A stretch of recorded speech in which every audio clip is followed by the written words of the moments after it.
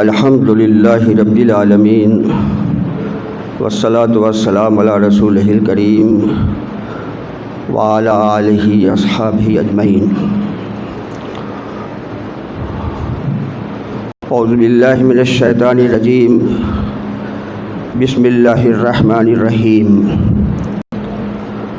وبالآخرۃ ھم یوقنون، صدق اللہ العلی العظیم۔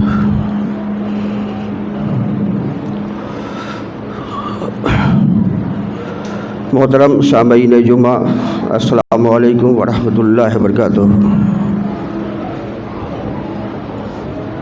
خدا کا شکر ہے کہ آج پھر آپ کے سامنے کچھ کہنے سننے کا موقع اللہ تعالیٰ نے فراہم کیا ہے۔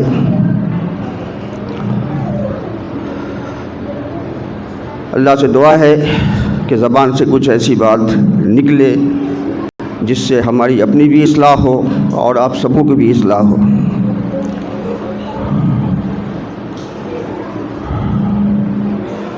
اب یہ کہ چھوٹی سی آیت ہم نے سورہ بقرہ کی ابتدائی آیت میں سے ایک آیت آپ کے سامنے تلاوت کی، جس کا معنی یہ ہے کہ اور وہ آخرت پہ یقین رکھتے ہیں، یعنی مسلمان اور مومن کے سلسلے میں یہ بات کہی جا رہی ہے کہ وہ آخرت پر یقین رکھنے والے ہوتے ہیں۔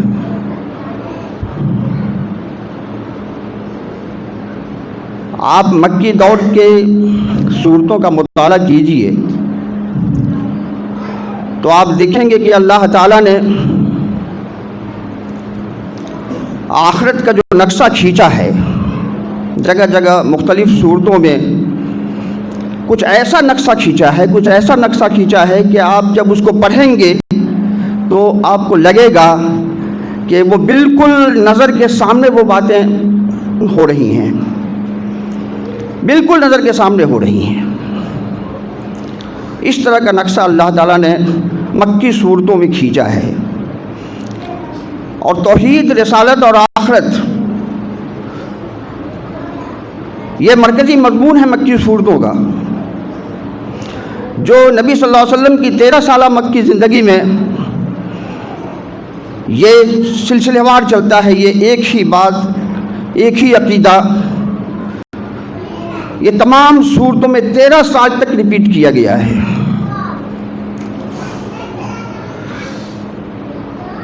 آج سورہ حاقہ کے حوالے سے ہم ایک تصویر آپ کے سامنے رکھنا چاہتے ہیں،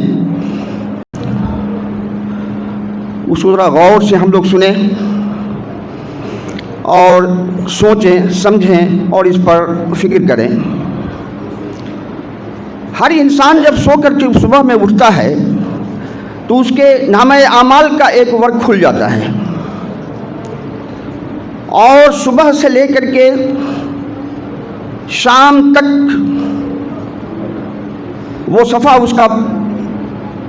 اس کے عمل سے بھر جاتا ہے، اور شام ہوتے ہی پھر جو ہے وہ دوسرا صفحہ اس کے سامنے کھلتا ہے، جو رات میں اس نے کیا کیا، کتنے دیر سویا، کتنے دیر اللہ کی عبادت کیا، کتنے دیر تک وہ ٹی وی دیکھتا رہا، کتنے دیر تک جو ہے وہ واٹس ایپ پر جو ہے کچھ دیکھتا رہا اور یوٹیوب کو دیکھتا رہا، اور کتنے دیر تک وہ عبادت میں گزارا، کتنے دیر تک وہ اسے یہ رات بھر وہ صفحہ اس کا پورا ہوتا رہتا ہے، ایک ورک کمپلیٹ ہو جاتا ہے۔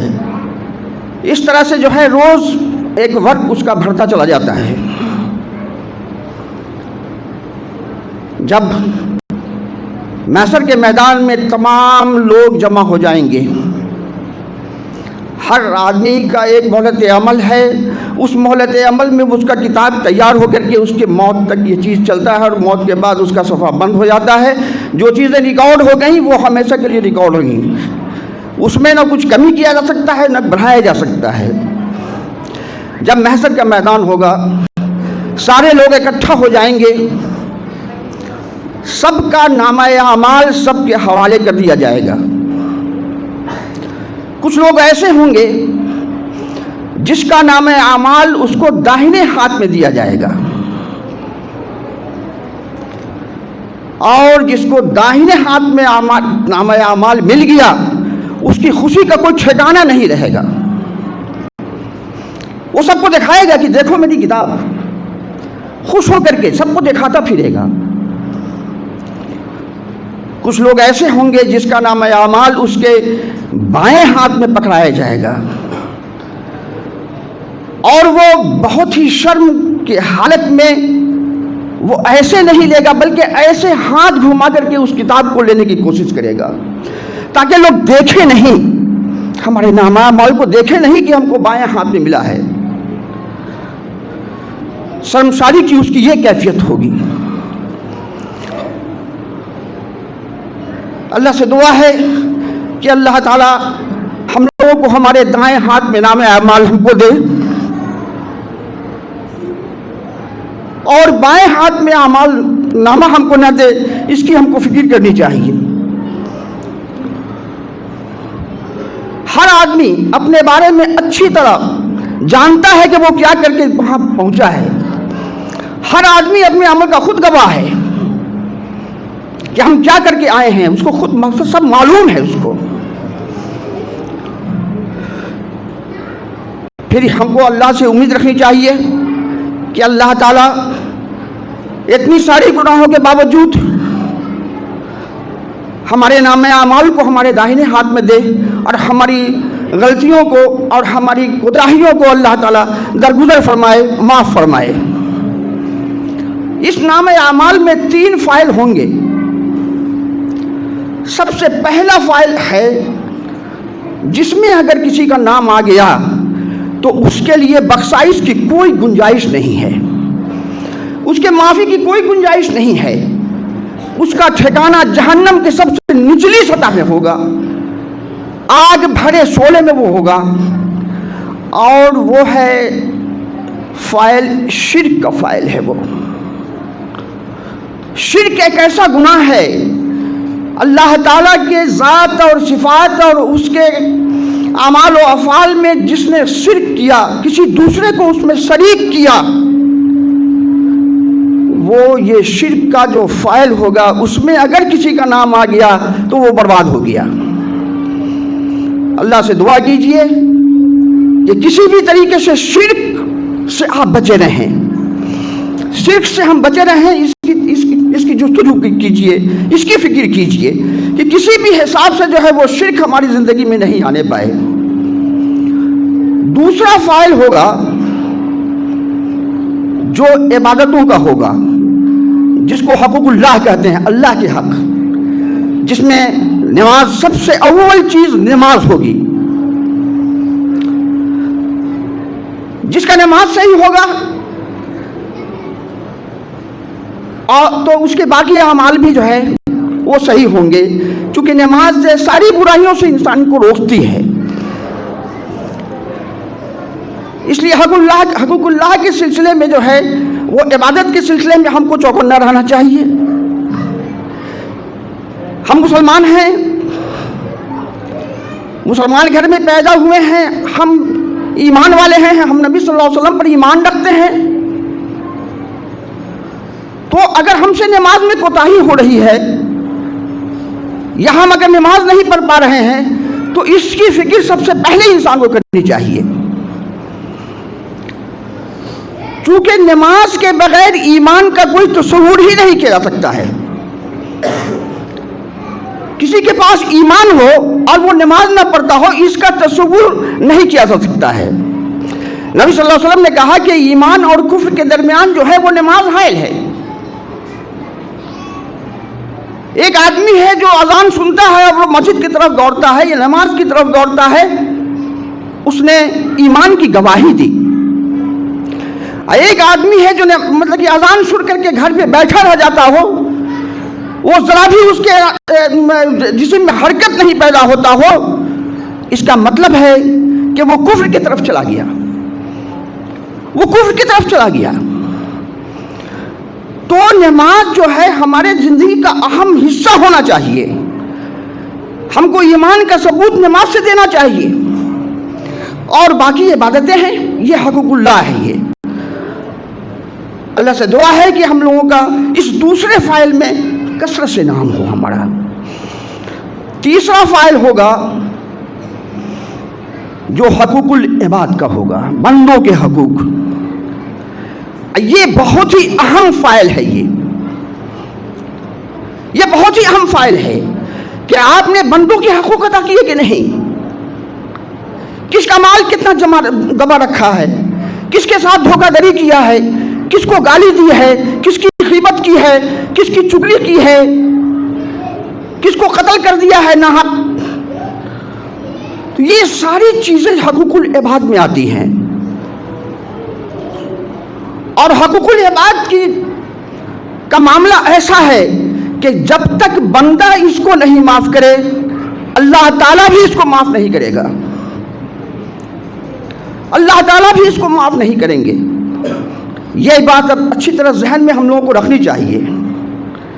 اس لیے حقوق العباد کے سلسلے میں بہت ہی چوکنے رہنے کی ضرورت ہے. اگر کسی کا معاملہ آپ کے ساتھ خراب ہے تو اپنی زندگی میں ہی اس معاملے کو آپ جا کر کے رجوع کر لیں، اس سے معاملے کو صاف کر لیں، موت کے پہلے صاف کر لیں، تاکہ آخرت میں وہ یہ مطالبہ آپ سے نہیں کر سکے کہ میرا معاملہ آپ کے ساتھ یہ تھا اور آپ نے یہ کیا. یہ مطالبہ آخرت پر نہیں چھوڑے، یہ مطالبہ زندگی میں ہی اس کو صاف کر لیں، نہیں تو آخرت میں اللہ تعالیٰ بھی آپ کے اس حقوق العباد کو معاف نہیں کرے گا. اب آخر میں ایک حدیث آپ کو سناتے ہیں جو مشکوٰۃ شریف کی حدیث ہے. اس کا مفہوم ہے کہ آخرت میں ایک انسان ایسا آئے گا جو اس کے ساتھ نمازیں ہوں گی، اس کے ساتھ روزہ ہوگا، اس کے ساتھ حج ہوگا، اس کے ساتھ زکوٰۃ ہوگا، تمام عبادتوں کو لے کر کے وہ آئے گا.